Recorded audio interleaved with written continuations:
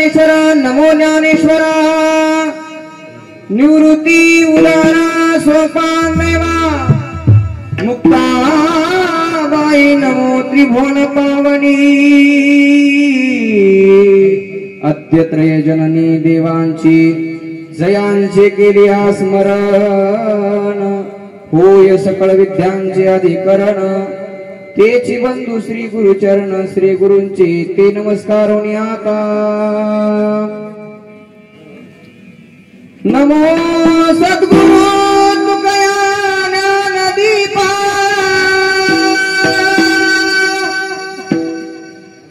नमो सद्गुरु सच्चिदानंद रूपा नमो सद्गुरु भक्त कल्याण मूर्ती नमो सद्गुरु भास्करा पूर्ण कीर्ती संपाद्य ज्ञानंच विधाय भक्तिं विलोकितो येन समाधिराज वैराग्यवन्तं सुविचारयुक्तं नमामि जोगं शिरसा गुरुन्तं सेवेलागी सेवक झालो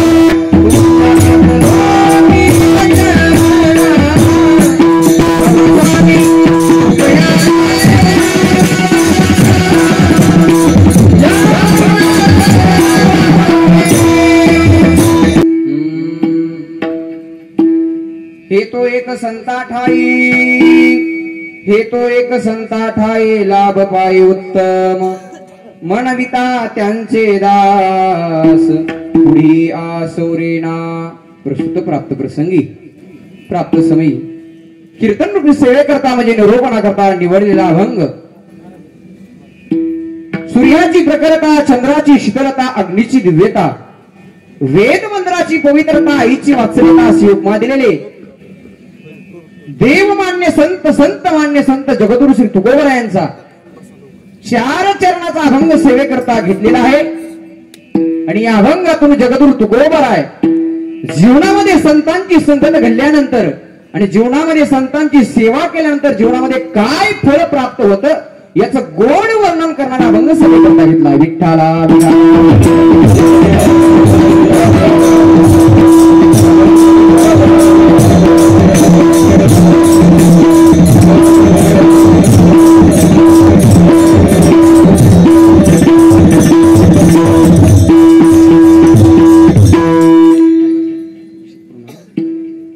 अभंगाचा जर सरळ शब्दशः भावार्थ जर पाहिजा झाला तर तुकोबराय काय म्हणतात या अभंगातून हे तो एक संता ठाई लाभ पायी उत्तम तुकोबराय म्हणतात जीवनामध्ये संतांची जर संगत घडली तर उत्तम प्रकारचा लाभ प्राप्त होतो संगतीला अतिशय महत्व आहे संतांची जीवनामध्ये संगत घडल्यानंतर जीवनामध्ये उत्तम प्रकारचा लाभ होतो अहो संतांची संगत जरी नाही झाली नुसतं संतांचं दास जरी म्हटलं तर जीवनामध्ये कोणत्याही प्रकारची आस राहत नाही मनविता त्यांचे दास पुढे आस उरेना जीवनामध्ये संतांची संगतही नाही प्राप्त झाली दास्यत्व जरी संतांचं आपण स्वीकारलं तर जीवनामध्ये कोणत्याही प्रकारची आस राहत नाही आणि त्या संत महात्म्यांनी जर दास्यत्व जर स्वीकारलं तरी पण जर संत महात्म्याची आपल्यावर कृपा जर झाली तर ती कृपा कल्पांतापर्यंत संपत नाही कृपादान केले संती कल्पांती सरेना आणि अशा साधूची अशा संतांची जर सेवा जर केली ना आपण दादा तर देवाला पावते तुका म्हणे संत सेवा त्याची देवा उत्तम मनविता त्यांचे दास पुढे आसुरेना विठ्ठला विठ्ठला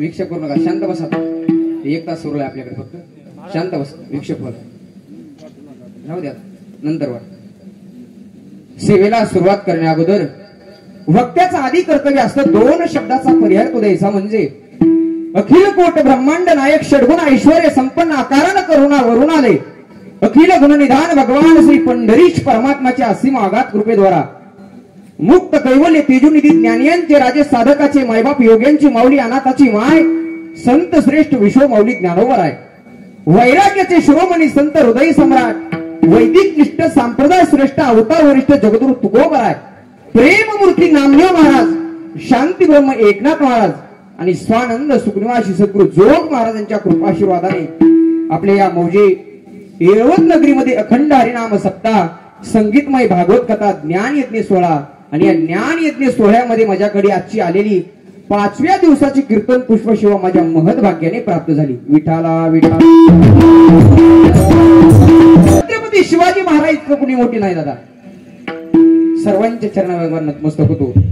सेवेकरता तुकोबरायांचा 4 चरणाचा अभंग सेवेकरता घेतलेला आहे. हे तो एक संता ठाई लाभ पायी उत्तम मनविता त्यांची दास पुढी आस उरिणा. तुकोबरा या अभंगातून संतांच्या संगतीचं महत्व सांगतात. जीवनात संगतीला अतिशय महत्व आहे दादा. माणूस घडतो ही संगतीनं आणि माणूस बिघडतो ही संगतीनं. माणसाचं उत्थानही होतं संगतीनं आणि माणूस लयाला जातो संगतीनं. ऐका बरं, माणसाचं कल्याणही होतं संगतीनं आणि माणसाचं पतनही होतं संगतीनं. तुकोबर आहे बाळक्रीडी मध्ये म्हणतात पतन उद्धार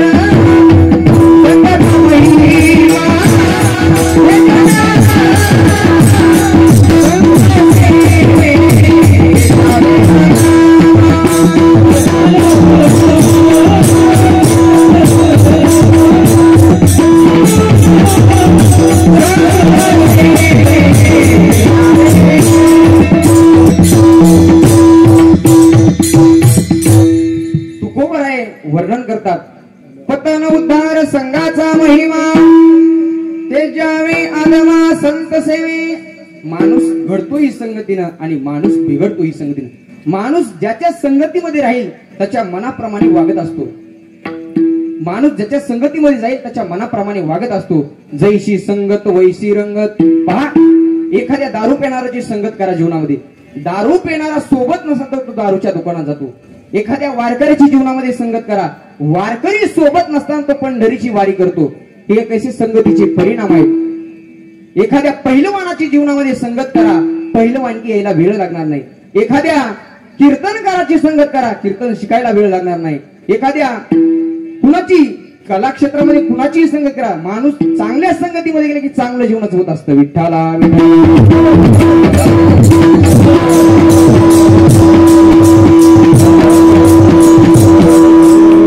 कबीरदास महाराज देखील एका ठिकाणी म्हणतात जो जैशी संगत करे वैसे ही फललीन कदली सीप भुजंग मुख एक वृंद 3 गुण.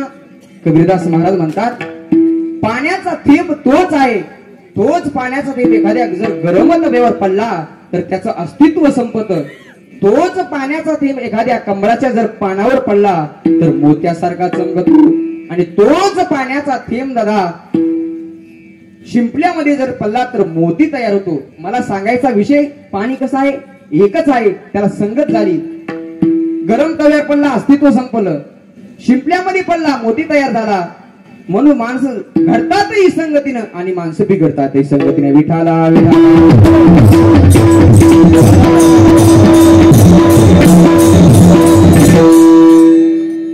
तुम्ही सर्व शेतकरी आहात. आपण सर्व शेती करता. प्रत्येकाच्या घरी शेती आहे. शेती म्हणल्यानंतर आपल्या घरी विहीर असणार. त्या विहिरीमध्ये काय भरपूर पाणी असतं आणि त्याच विहिरीचं पाणी आपण मिरचीला सोडलं. मिरच्या कशा होतात तिखट होतात. त्याच विहिरीचं पाणी आपण कारल्याला सोडलं. कारले कसे होतात कडू होतात. त्याच विहिरीचं पाणी आपण जर उसाला सोडलं तर ऊस कसा होतो गोड होतो. पाणी कसं आहे एक आहे का दोन आहे. पाणी एकच आहे पण संगत बदलली. संगत बदलल्यामुळे चव बदलली. चव बदलल्यामुळे आकार बदलला. तसं प्रत्येकाच्या शरीरामध्ये आत्मतत्व एकच आहे. माणसं घडतातही संगतीनं आणि माणसं बिघडतातही संगतीनं. विठ्ठला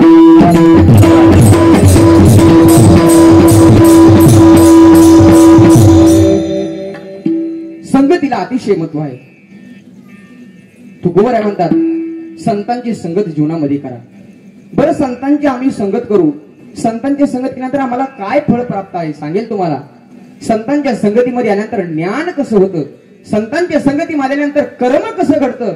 संतांच्या संगतीमध्ये आल्यानंतर भक्ती कशी घडते आणि संतांच्या संगतीमध्ये आल्यानंतर वैराग्य कसं घडतं. ज्ञानोबरायांनी ज्ञानेश्वरीमध्ये सुंदर बोल सांगितलं. परी संता सवे वसता योग ज्ञानी पैसता गुरुचरण उपासिता वैराग्यसी. ज्ञानोबा किती गोड बोलतात. येण्याची सत्कर्मे आशिषे अज्ञान विरमे जयाचे अहम विश्रामे आत्मरूपी. संतांच्या संगतीमध्ये ज्ञानही घडतं, संतांच्या संगतीमध्ये भक्तीही घडते, संतांच्या संगतीमध्ये कर्मही घडतं. महाराज संतांच्या संगतीमध्ये वैराग्य सुद्धा घडतं. महाराज किती जरी माणूस ही असला तरी संतांच्या संगतीत वैराग्य घडतं. ज्ञानोबा गोड ज्ञानेश्वरी मध्ये सांगतात. चंद्र ते चंद्रिका शंभू ते अंबिका संत देते विवेकासने कीजे. ज्ञानोबा म्हणतात रे दादा संतांच्या संगतीमध्ये वैराग्य सुद्धा घडतं. तो कुबरा देखील म्हणतात वैराग्याचे भाग्य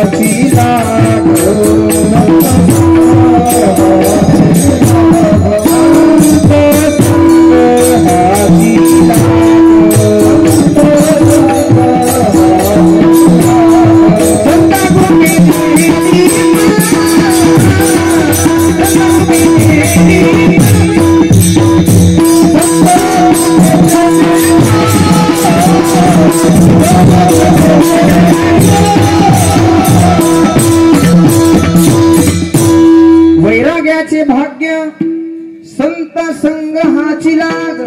संतांच्या संगतीमध्ये वैराग्य घडतं म्हणून संतांच्या जीवनामध्ये संगत अतिशय महत्व आहे. 3 प्रकार सांगितलेत. एक कनिष्ठ वर्ग आहे, एक मध्यम वर्ग आहे आणि एक वरिष्ठ संघ आहे. कनिष्ठता जीवनामध्ये संघ प्राप्त झाला की कनिष्ठ अवस्था प्राप्त होते, मध्यमाचा संघ प्राप्त झाला की मध्यम अवस्था प्राप्त होते आणि वरिष्ठाचा संघ प्राप्त झाला की वरिष्ठ अवस्था प्राप्त होते.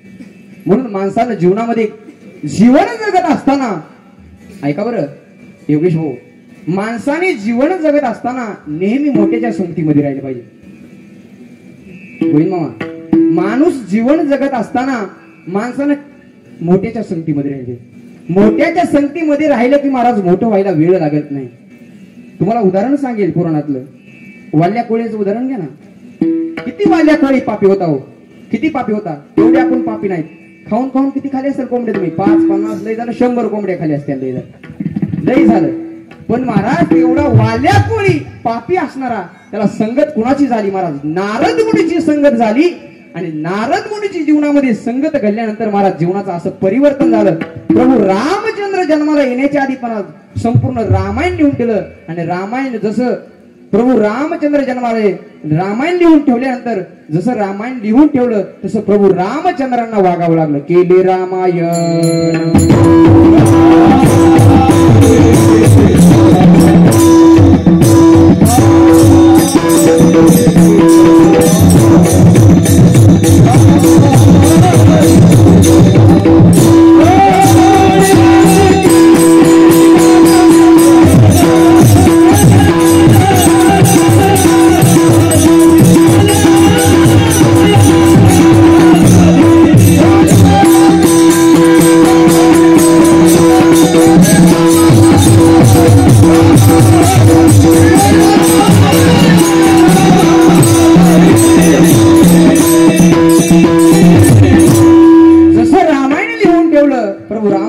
वागावं लागलं. कोळ्याची कीर्ती वाढली घन आणि केले रामायण रामाआधी.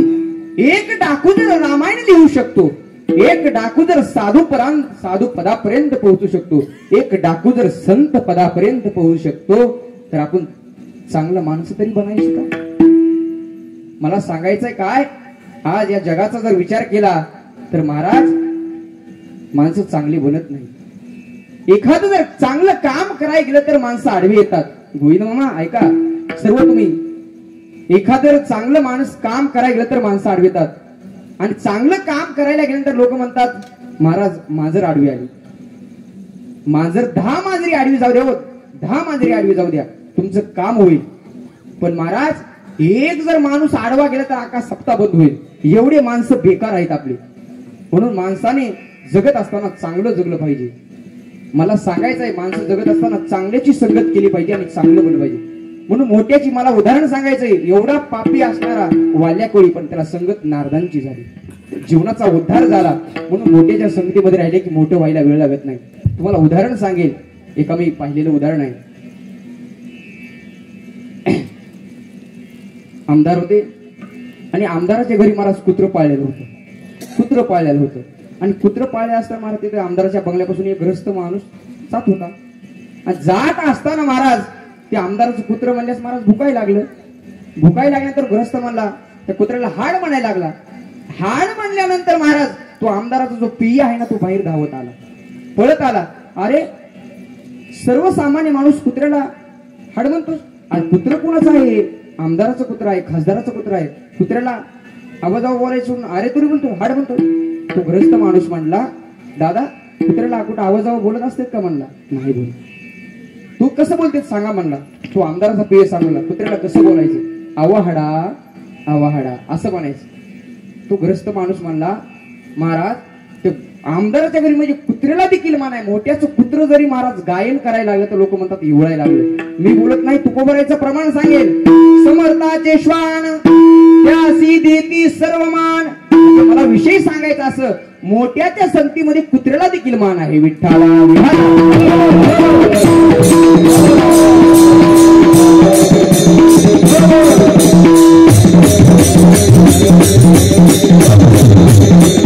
म्हणून जीवनात जगत असताना मोठ्याचा आदर्श घेतला पाहिजे आणि मोठ्याच्या संगतीमध्ये राहिलं पाहिजे. हा झाला वरिष्ठाचा संघ.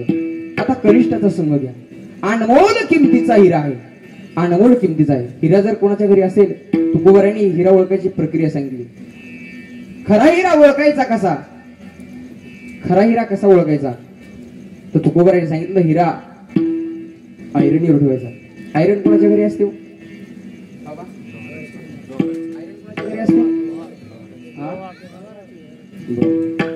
तुम्हाला सर्व हे जाणकार मंडळी सर्वांना आयरन लोहाराच्या घरी. आता या लहान मुलाला विचारलं कोणाच्या घरी असते रे बाबा आयरन? कुणाच्या घरी असते? माहित? बऱ्याचच्या. महाराज संसार तिथी संसार म्हणजे महाराज आता ज्या गोष्टी आहेत त्या 5 वर्षानंतर महाराज दिसणार नाही. बरोबर आहे का नाही? 5 वर्षावर्षी ज्या गोष्टी आहेत त्या आता दिसतात का? कारण की संसार तिथी संसार जो सारखा बदलत राहतो याचं नाव संसार आहे. माता माऊलीने विचारेल, माता माऊल्या तुम्ही पहिल्या काळामध्ये पाणी भरायला कुठे जायचं? विहिरीला. विहिरून पाणी भरून आणायचं, हांड्यामध्ये घागर डोक्यावर घ्यायची, डोक्यावर पाणी घेऊन घरी आणून टाकायचं. आता जमाना राहिला का तसा? राही नाहीला. डायरेक्ट घरी नळ आली. संसार किती संसार जो सारखा बदलत राहतो त्याचं नाव संसार आहे. माझा विषय असा चाललेला आहे. तुकोबराय सांगतात हिरा कसा ओळखायचा? हिरा आयरनीवर ठेवायचा आणि वरून घणाने मारायचा. खरा जर हिरा असेल, एक तर आयरनीत जर घुसेल नसता, घनात तरी घुसेल, पण फुटणार नाही खऱ्या हिऱ्याची ओळख. हिरा ठेविता आयरणी वाचे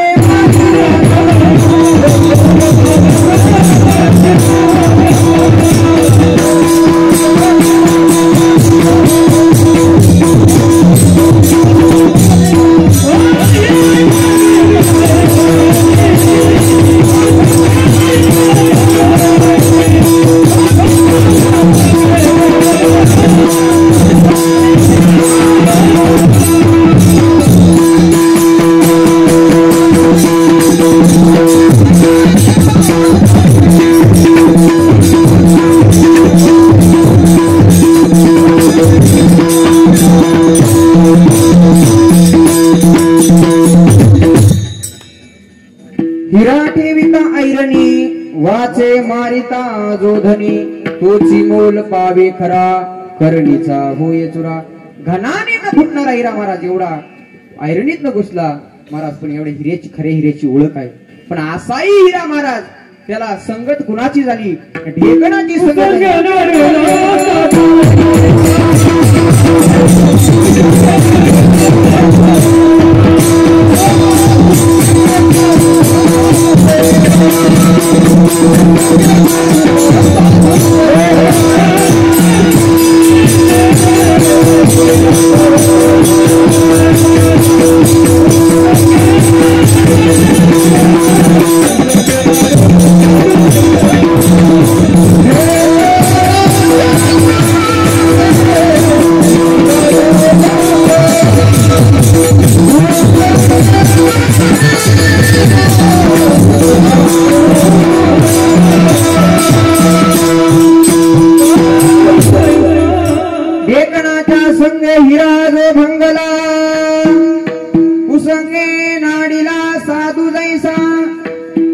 महाराज त्या हिऱ्याला ढेकणाची संग झाली, त्याला भुंगून जायला वेळ लागणार नाही, त्या चरणाकडे महत्व देऊ नका. कुसंगी नाडीला साधू जायचा, तुम्ही आम्ही बिघडेल याच्यातही नवल नाही, साधू बिघडेल याच्यातही नाही, संत महात्मे सुद्धा बिघडू शकतात.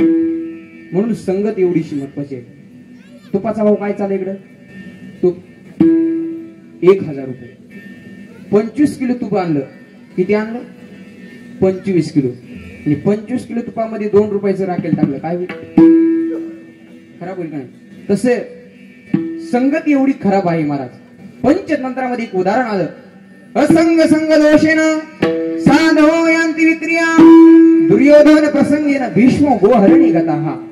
भीष्माचार्य सारखे धनुर्धारणी, भीष्माचार्य सारखी इच्छामरणी, भीष्माचार्य सारखे भगवत भक्त, त्यांना सुद्धा महाराज विराटाच्या घरच्या गायी चोरायची इच्छा होती. का? केवळ दुर्योधनाच्या घरचं अन्न खाल्यामुळे आणि दुर्योधनाच्या संगतीत आल्यामुळे. विठ्ठला विठ्ठला.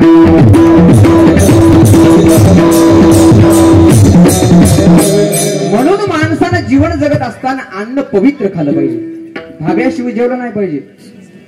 बरोबर का? एक सांगेल वाक्य तुम्हाला ऐका, ध्यानात ठेवा. धाब्यावरचं अन्न चविष्ट आहे पण पवित्र नाही. त्या धाब्यावर बोर्ड लिहिला जातो, येथे चविष्ट अन्न मिळेल, पवित्र अन्न मिळेल का? नाही. पवित्र जर अन्न जर खायचं असेल तर या अखंड नाम यज्ञ सोहळ्यामध्ये महाराज एखाद्या वेळेस चविष्ट अन्न नसेल पण मात्र या सप्त्यामधलं अन्न पवित्र आहे. म्हणून माणूस जसं अन्न खाईल तसे माणसाचे विचार होत असतात. अन्नामध्ये जर बदल झाला तर वाणीत बदल होतो. ऐका बरं, अन्नामध्ये जर बदल झाला तर वाणीत बदल होतो आणि मनात बदल झाला तर वाणीत सुद्धा बदल होतो महाराज. पाण्यात मध्ये जर बदल झाला तर महाराज वाणीत बदल होतो. म्हणून माणसानं जीवन जगत असताना अन्न खाल्लं पाहिजे. सज्जना सांगावी करावा उपवास आणि दुर्जनाचा गोड घास खाऊ नये. सज्जनाच्या संगतीमध्ये दिवसभर उपाशी राहिले तरी चालेल महाराज, पण दुर्जनाच्या संगतीमध्ये पक्वान्नाचं कधी खायचं नाही. जसं अन्न खाईल तसं माणसाचं मन होतं, जसं मन होईल तसं आचार होतो, तसा आचार झाला, आचार चांगले झाले की महाराज विचार चांगले होतात आणि विचार चांगले झाले की जीवन पवित्र होतं. ऐका बरं, ही अन्नाची पावर आहे. जर आपण अन्न जर दूषित खाल्लं तर काय होईल? आपलं मन अपवित्र होईल, मन दूषित होईल. मन दूषित झाल्यानंतर काय होईल? आपले आचार देखील दूषित होतील. आचार देखील दूषित झाल्यानंतर विचार देखील दूषित होतील आणि विचार दूषित झाले की मला जीवन उद्ध्वस्त व्हायला वेळ लागत नाही. विठ्ठल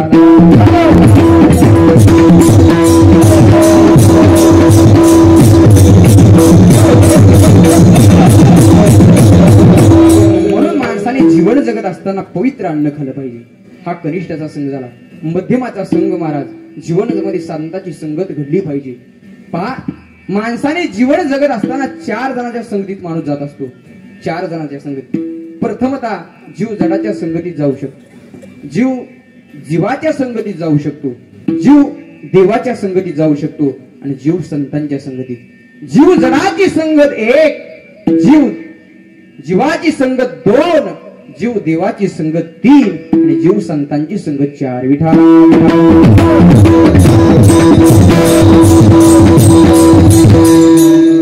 प्रथमतः घ्या, जीवाने जडाची संगत केली.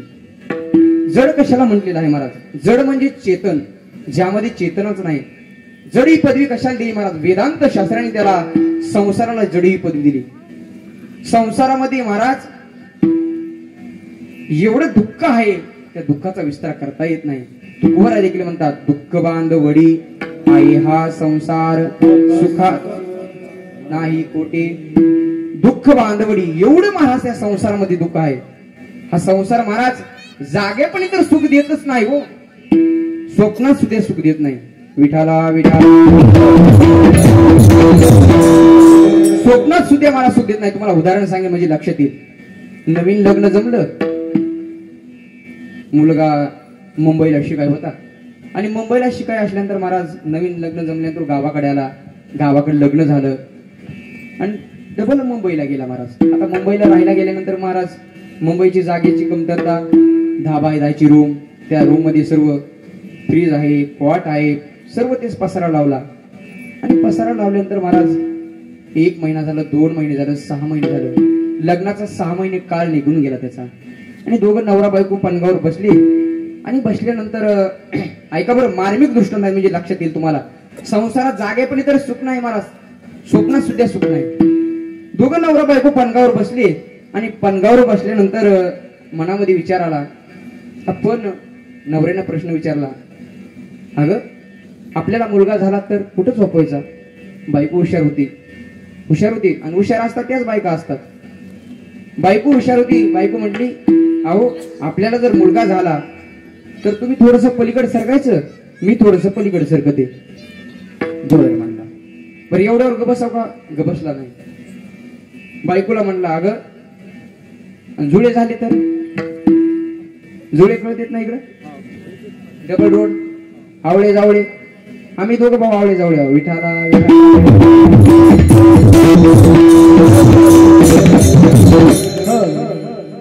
जुळे झाले तर कुठे झोपायचे म्हणला. ती बायको हुशार होती. बरं बायको म्हणली, तुम्ही थोडं पलीकडे सरका, मी थोडं इकडे सरकते. इकडे सरकते म्हणल्यानंतर मग एवढ्यावर बसावं, एवढ्यावर बेग बसलं नाही. अगं म्हणला, दोन जुळे झाले, याच्या पाठीवर एखादी मुलगी झाली तर? बायको हुशार होती. बायको म्हणली, तुम्ही थोडं मी थोडस अलीकडे सरकते, तुम्ही थोडस पलीकडे सरकायचे. पलीकडे सरका गेला महाराज धाड खाली पडला. आता कीर्तन संपल्यानंतर त्याला मी दवाखान्यात नेतो. मला सांगायचा विषय असा, मुलगा होता का त्याला? नव्हता. पण महाराज एवढा नुसती इच्छा केली तर त्यानं माकड हाड मोडलं.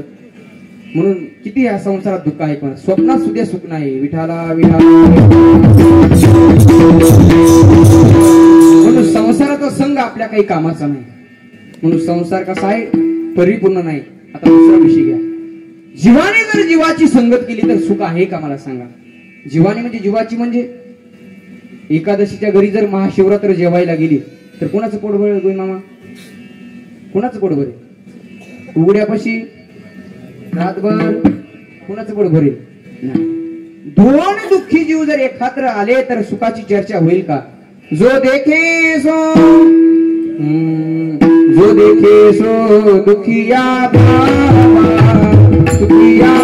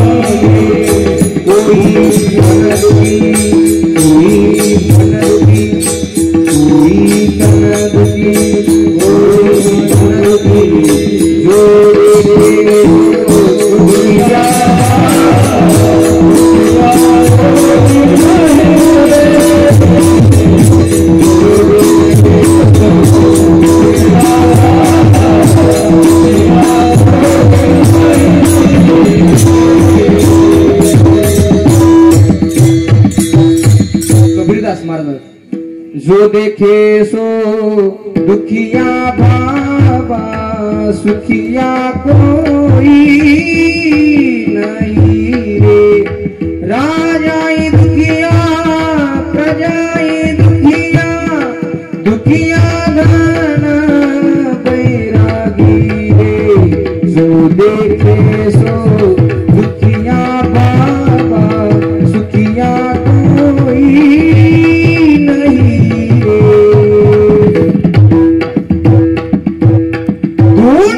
जीव एकत्र आल्यानंतर सुखाची चर्चा होणार नाही. इथले इथं उदाहरण सांगेल तुम्हाला. प्रत्येकाच्या जीवनामध्ये दुःख आहे. आता आवाज कमी येईल म्हणून महाराज दुखी, आणि आवाज जास्त वाढला आणि साऊंड एखादा गेला तर सिस्टीम वाला दुखी आहे का नाही? तुमचं सांगू का? इथले इथं माणसं दुःखी आहेत. प्रत्येकाच्या जीवनामध्ये महाराज दुःख आहे. दुःख नाही असा माणूसच नाही आहे का? प्रत्येक कशाला कशाचं दुःख तर कशाला कशाचं दुःख, कुणाला कशाचं दुःख तर कुणाला कशाचं दुःख. तसं प्रत्येकाच्या जीवनामध्ये महाराज दुःख आहेच. उदाहरण सांगेल तुम्हाला. दोन दुःखी जीव एकत्र सुखाची चर्चा होणार नाही. तिखट अधिक तिखट काय होतं?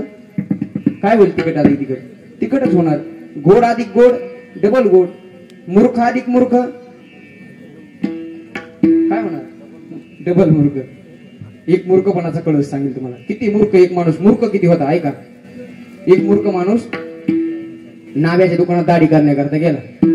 ऐका बरं, दृष्टांत कळाल तर 5G दृष्टांत आहे, 5G. आणि तो नाव्याच्या दुकानामध्ये मूर्ख माणूस दाढी करण्याकरता गेला. आणि दाढी करण्याकरता गेल्यानंतर महाराज त्या नाव्याच्या दुकानात गेला आणि त्या नावी दादा म्हणू लागला, दादा दुकान किती दिवस झाले टाकले म्हणला. दुकानामध्ये गेला आणि त्या नाव्या दुकानदाराला विचारू लागला, नावी दादा दुकान किती वर्ष झालं टाकले म्हणला. 15 वर्ष झाले म्हणला नावी दादा. बर, तो मूर्ख माणूस काय म्हणला ऐका बरं. तो मूर्ख माणूस म्हणला, दादा 15 वर्ष झालं. मग या 15 वर्षात कधी गाढवाची दाढी केली का म्हणला तुम्ही. तो नावी म्हणला, पहिलाच टाईम. काहीला कळालं काहीला कळालं नाही. विठाला विठाला.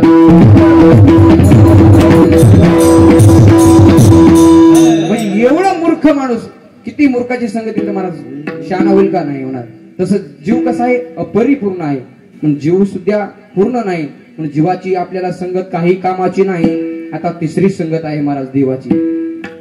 जीवाने जर देवाची संगत केली तर सुख मिळेल का. देव कसा आहे ऐका. किती देव आहेत.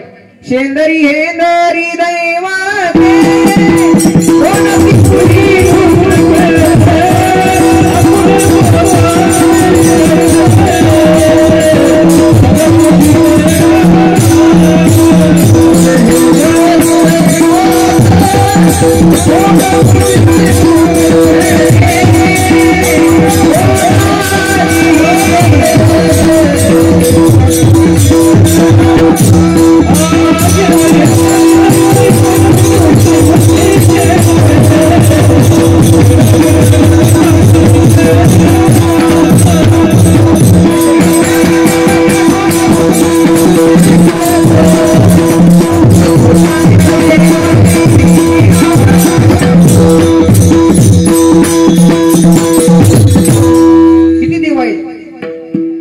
तुकोबरांच्या गाथ्यामध्ये नाटाचं प्रकरण आहे. आणि नाटाच्या प्रकरणात तुकोबर म्हणतात, शेंदरी हेंदरी दैवते कोणती पूजी भूती घेते आपोल्या पोटाजी रडते मागते सीते अवधान.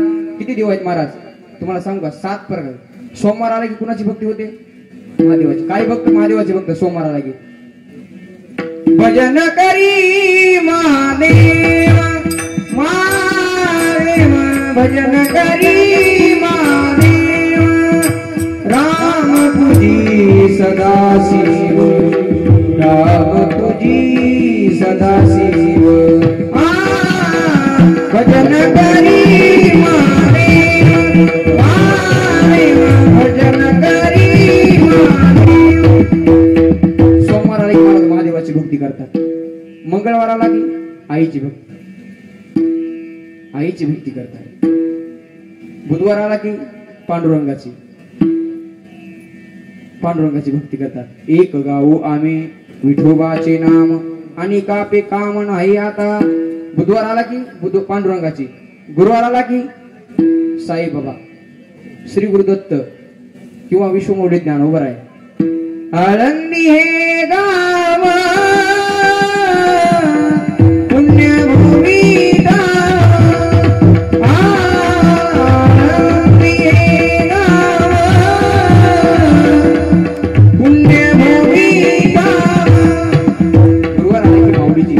शुक्रवार आला की महाराज संतोषी माता. शनिवार आला की माझे हनुमंतराय. आणि रविवार आला की महाराज हे जरी नाही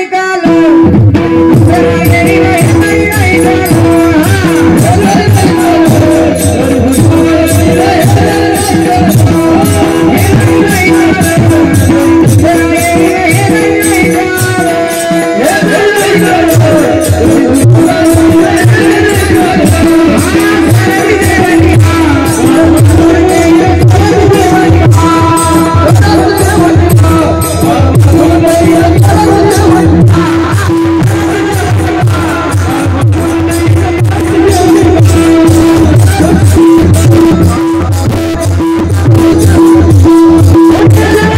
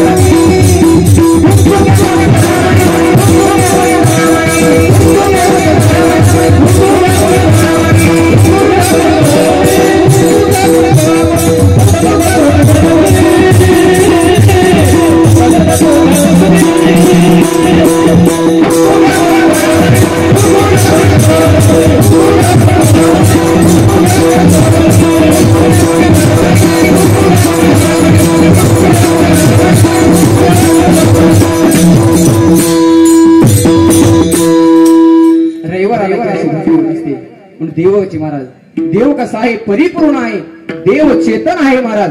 ऐका सांगेल, मी देवाची भक्ती केली पण काही फायदा नाही. देवानं म्हणले पाहिजे हा माझा कधीतरी भक्त आहे. आपण म्हणलं पाहिजे मी देवाचा भक्त आहे, पण देवानं देखील म्हणलं पाहिजे हा माझा भक्त आहे. ही झाली महाराज भक्ती किती श्रेष्ठ असते. उदाहरण सांगेल तुम्हाला. एक दोन्ही डोळ्यांनी आंधळा माणूस मंदिरात चालला होता आणि लोक असे वट्टीवर बसले होते, हसत होते. अरे आंधळ्या, मंदिरात कशाला चाललास? तुला काय देव दिसणार आहे का? मूर्ती दिसणार आहे का? कळस दिसणार आहे का? कशा करता मंदिरात चाललास? त्या आंधळ्याने गोड उत्तर दिलं, अरे मी देवाला पाहण्याकरता मंदिरात जात नाही, देवाची मूर्ती पाहण्याकरता मंदिरात जात नाही, देवानं मी आल्याला पाहावं याच्या करता मंदिरात जातो. विठाला विठाला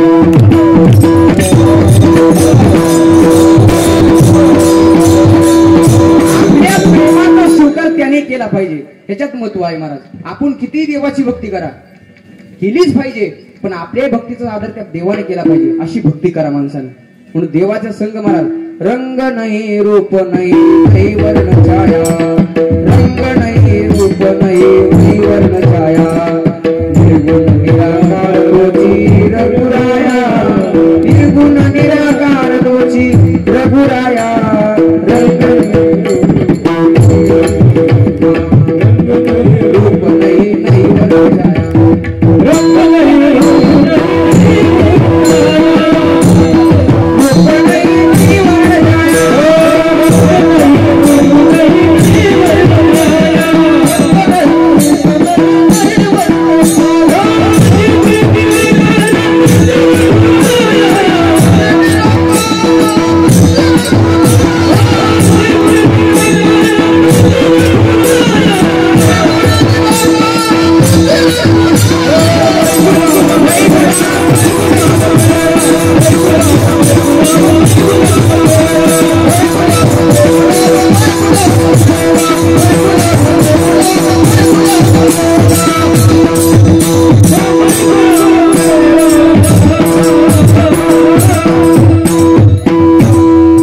ज्याला रंग नाही, ज्याला रूप नाही, असा देव महाराज आपल्याला संगतीत कसा घेईल? देवाचाही आपल्याला संग काही कामाचं नाही. आता संत जीवाने जर संतांची संगत केली तर काय महाराज फळ आहे? ऐका, जगाच्या पाठीवर लोक महाराज फळाशिवाय जात नाही. तुकोबरांना माहित होतं महाराज, प्रकाराचे 3 तुका म्हणे केले जन, जगामध्ये लोक फायद्याशिवाय कुठे जात नाही. तुकोबरांना माहित होतं. तुकोबराय म्हटले, अरे दादा, तुम्ही संतांच्या संगतीमध्ये आल्यानंतर तुम्हाला काय फळ प्राप्त होईल? महाराज तेच अभंगाच्या पहिल्या चरणात सांगतात.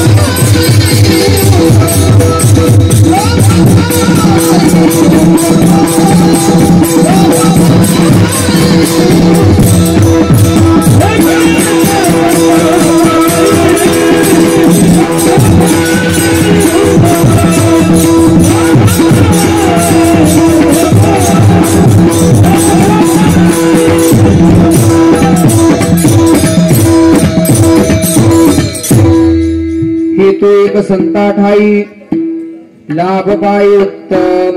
तुकोबर आहे म्हणतात जीवनामध्ये संतांची संगत प्राप्त झाल्यानंतर उत्तम प्रकारचा लाभ प्राप्त होतो. ऐका बरं, सामान्य लाभ वेगळा, उत्तम लाभ वेगळा. आता इथं काही माणसं बसल्यानंतर महाराज जाता जाता एखाद्या माणसाने एखादी चप्पल घालून एखाद्याची घेऊन गेला आणि म्हणला घरी जाऊन संत दर्शनी हा लाभ. लोकांच्या चप्पला घेऊन जाणार महाराज हे संत दर्शनी लाभ नाही महाराज. म्हणून उत्तम लाभ कशाला म्हणतेला आहे तर भगवंताची प्राप्ती होणं हा जीवनातला खरा उत्तम लाभ आहे. भगवंताची प्राप्ती जीवनामध्ये झाली की उत्तम प्रकारचा लाभ प्राप्त.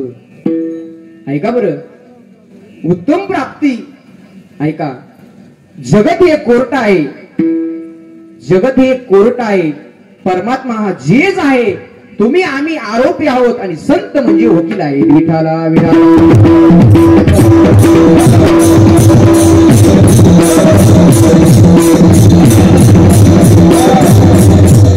भगवंताची प्राप्ती कधी होईल तर संतांची संगत घडल्यानंतर. नाथ महाराज देखील एका ठिकाणी म्हणतात हरिप्राप्तीशी उपाय धरावे संतांचे ते पाय. तेने साधती साधने तुटती भवाची वंदने. संताविन प्राप्ती नाही ऐसे वेद देती गवाही. किंवा एका जनार्दनी संत पूर्ण करीती मनोरथ. संत साक्ष देतात महाराज, संताशिवाय महाराज देवाची प्राप्ती नाही. संताशिवाय देवाची प्राप्तीच नाही महाराज. उत्तम लाभ, मध्यम लाभ आणि कनिष्ठ लाभ. उत्तम लाभ कशाला म्हणतात, मध्यम लाभ कशाला म्हणतात, कनिष्ठ लाभ कशाला म्हणतात. उत्तम लाभ, मध्यम लाभ, कनिष्ठ लाभ. जीवनामध्ये बंगला गाडी मिळणे हे महाराज कनिष्ठ लाभ आहे. जीवनामध्ये मुक्ती मोक्ष ब्रह्मज्ञान मिळणे याला मध्यम लाभ म्हणतात. आणि देवाची आणि संतांची प्राप्ती होणे याला उत्तम लाभ म्हणतात. विठाला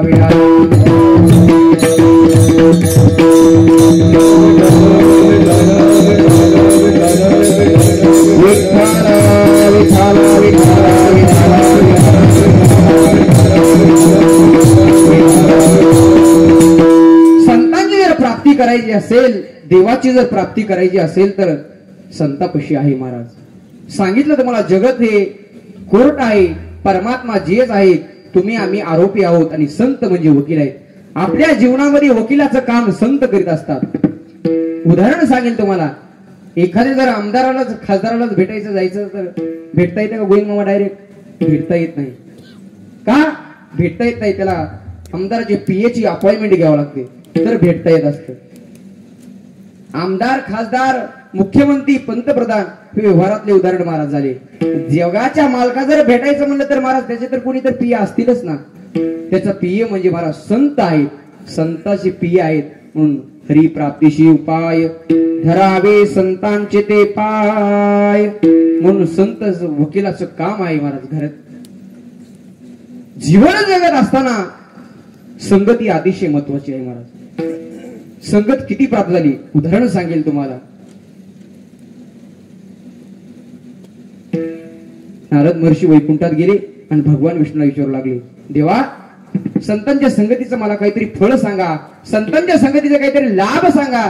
त्या नारद विष्णूंनी सांगितलं, देवा नारद महर्षी तुम्ही मृत्यूलोकात जा, तुम्हाला ते संतांच्या संगतीचं फळ भेटेल. नारायण प्रभू महाराज वरून मृत्यूलोकात आले. नारायण नारायण नारायण नारायण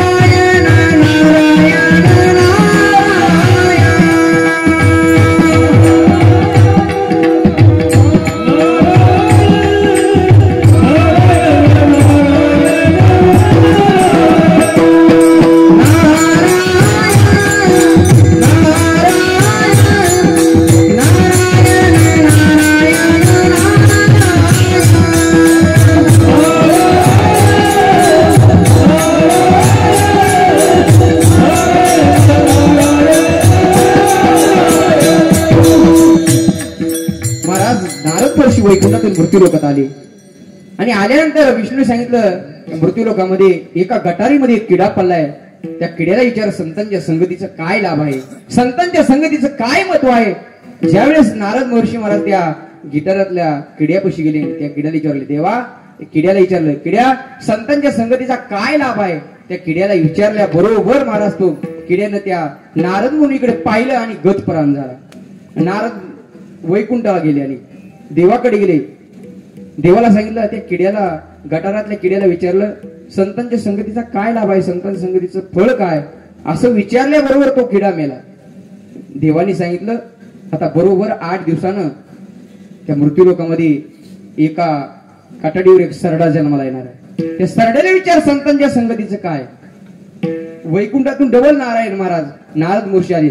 नारायण नारायण नारायण नारायण नारायण भजन करीत महाराज मृत्यूलोकामध्ये आले. आणि आल्यानंतर त्या काटाडीवर सरडा होता. त्या सरड्याला विचारलं, सरडे दादा, संतांच्या संगतीचं काही लाभ आहे का, संतांच्या संगतीचं काही महत्व सांग ना. असं विचारल्याबरोबर महाराज त्या सरडा देखील गतप्राण झाला. नारदानी धूम ठोकली आणि देवाकडे गेले वैकुंठात. आणि विष्णू भगवान परमात्म्याला सांगितलं, सरड्याला विचारलं मृत्यू संतांच्या संगतीचं काय लाभ आहे का, संतांच्या संगतीचं काही फळ आहे का. तो सरडाही मरण पावला. देवानी सांगितलं, नारद मुनी बरोबर आता 1 महिन्यानं एका झाडावर पोपटाचं पिल्लू जन्माला येणार आहे. म्हणले पोपटाचं पिल्लू जन्माला आहे. त्या पोपटाला विचारलं संतांच्या संगतीचा काय लाभ आहे. बरोबर महाराज नारद मुनी पुन्हा भजन करीत आले. नारायण नारायण नारायण नारायण नारायण भजन करीत मृत्यूलोकामध्ये आले. 1 महिन्यानंतर आले. एका झाडावर पोपटाचं पिल्लू नेचकं जन्माला आले होतं.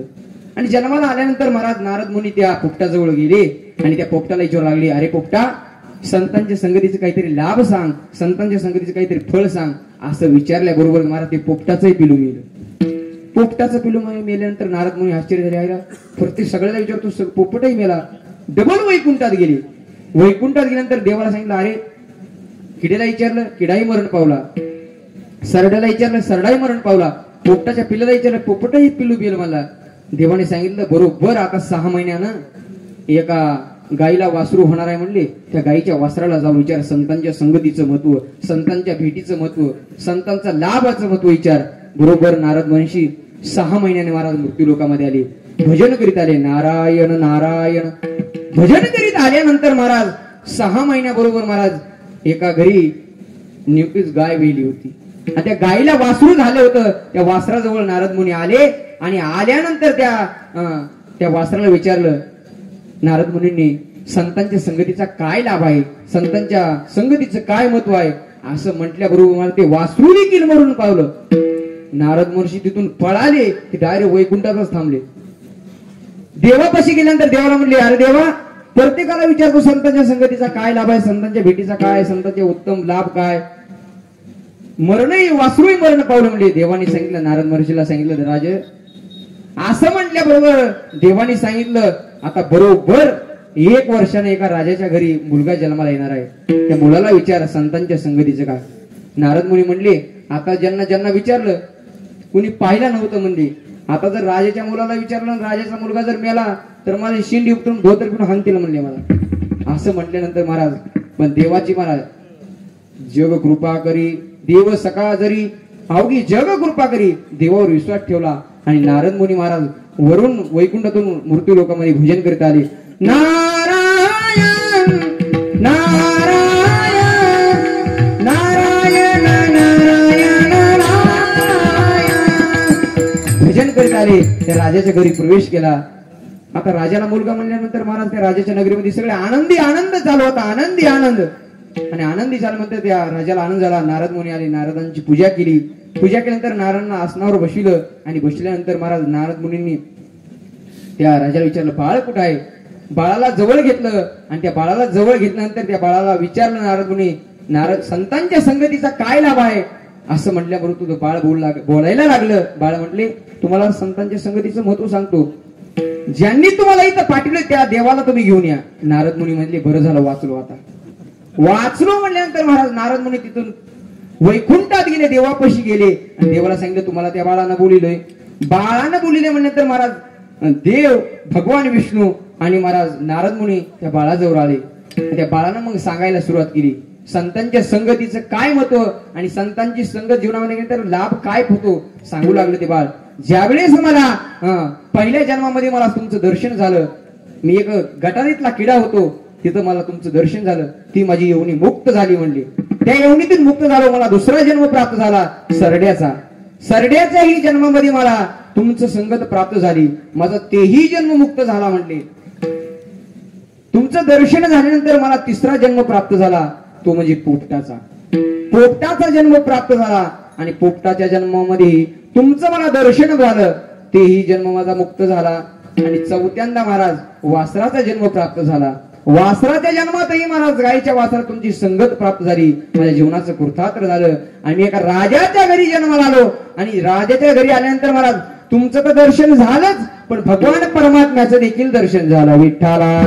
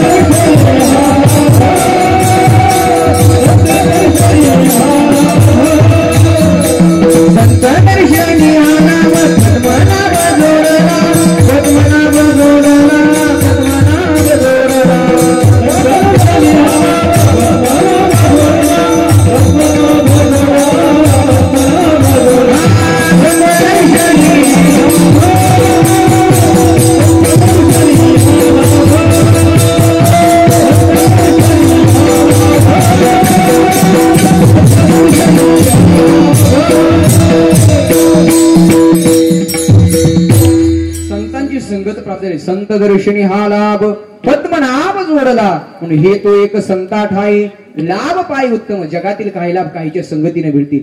काही महाराज नोकरी देतील, काही महाराज भाकरीची सोय करतील, काही छोकरी मिळून देतील. महाराज 100 जन्म घेऊन चांगले जर कर्म केलं तर महाराज इंद्र सुद्धा होईल.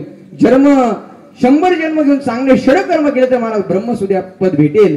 पण महाराज संतांची जर प्राप्ती सदासदी होत नाही. कबीरदास महाराज म्हणतात, तात मिले पुण्य मात मिले सुत प्रात मिले अति सुखदाई, राज मिले गज राज मिले सब साज मिले सदसाई, लोक मिले सुर लोक मिले विधि लोक मिले वैकुंठ जाई, सुंदर और सब सुख संत समागम दुर्लभ भाई. विठाला विठाला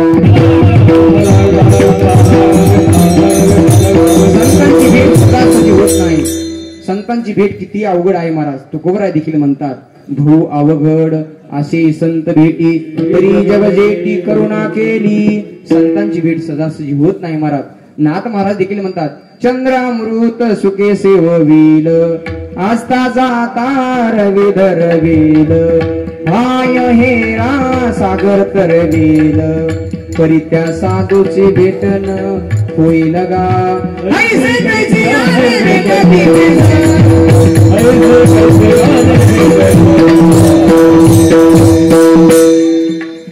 नाथ महाराज देखील म्हणतात, चंद्रामृत सुखे सेववेल आस्था जाता रवी धरवेल, बाह्य हेळा सागर तरवेल, परित्या साधूची भेट न होईल गा. एवढी संतांची भेट अवघड आहे. तुकोबराय देखील सांगतात महाराज. ज्ञानोबराय देखील म्हणतात, संतांची भेट किती अवघड आहे. 2 उभ्या सांगेल तुम्हाला संतांच्या भेटीच्या. तरी तक्षकाचे निफणे हा कोणी केतू म्हणे काणे.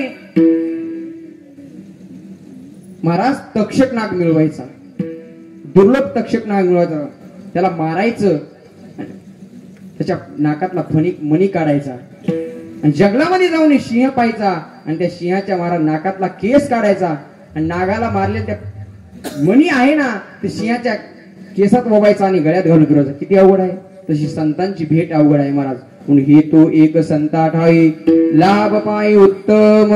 मग नुसतं संतांची संगत झाली, लाभ प्राप्त झाला. बरं संगत नाही गेली, नुसतं आपण संतांचं दास जरी म्हटलं तर जीवनात काय फायदा होतो.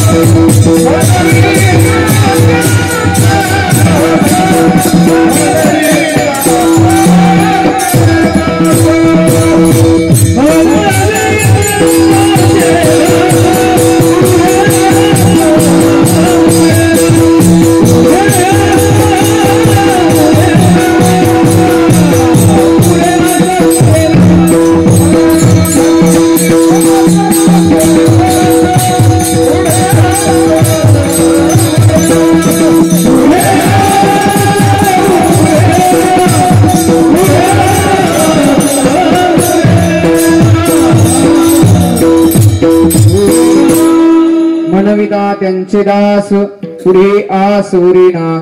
जीवनामध्ये संतांचा दास झाला की जीवनामध्ये कोणत्याही प्रकारचे आस नाही. मी ज्ञानोबा यांचा दास आहे, मी तुकोबा यांचा दास आहे, मी छत्रपती शिवाजी महाराजांचा दास आहे असं जरी म्हटलं तर महाराज जीवनामध्ये कोणत्याही प्रकारची आस राहत नाही. मनविता त्यांचे दास पुढे आसुरीना. आणि अशा साधू संतांनी कृपा जर केली तर काय होईल? कृपादान केले संती कल्पांती विसरेना. संत महात्म्यांनी जर कृपा केली तर कृपा महाराज कल्पांतापर्यंत सरत नाही. संत कृपेचा एक महिमा आहे, संत भेटीचा महिमा आहे, संत उपकाराचा महिमा आहे, संतांच्या संगतीचा महिमा आहे, अनेक महिमा आहे महाराज. कृपादान केले संती कल्पांती सरेना. आणि अशा साधूची अशा संतांची जर सेवा केली जीवनामध्ये काय फळ प्राप्त होतो याचं गोड वर्ण शेवटची चरणा करतात.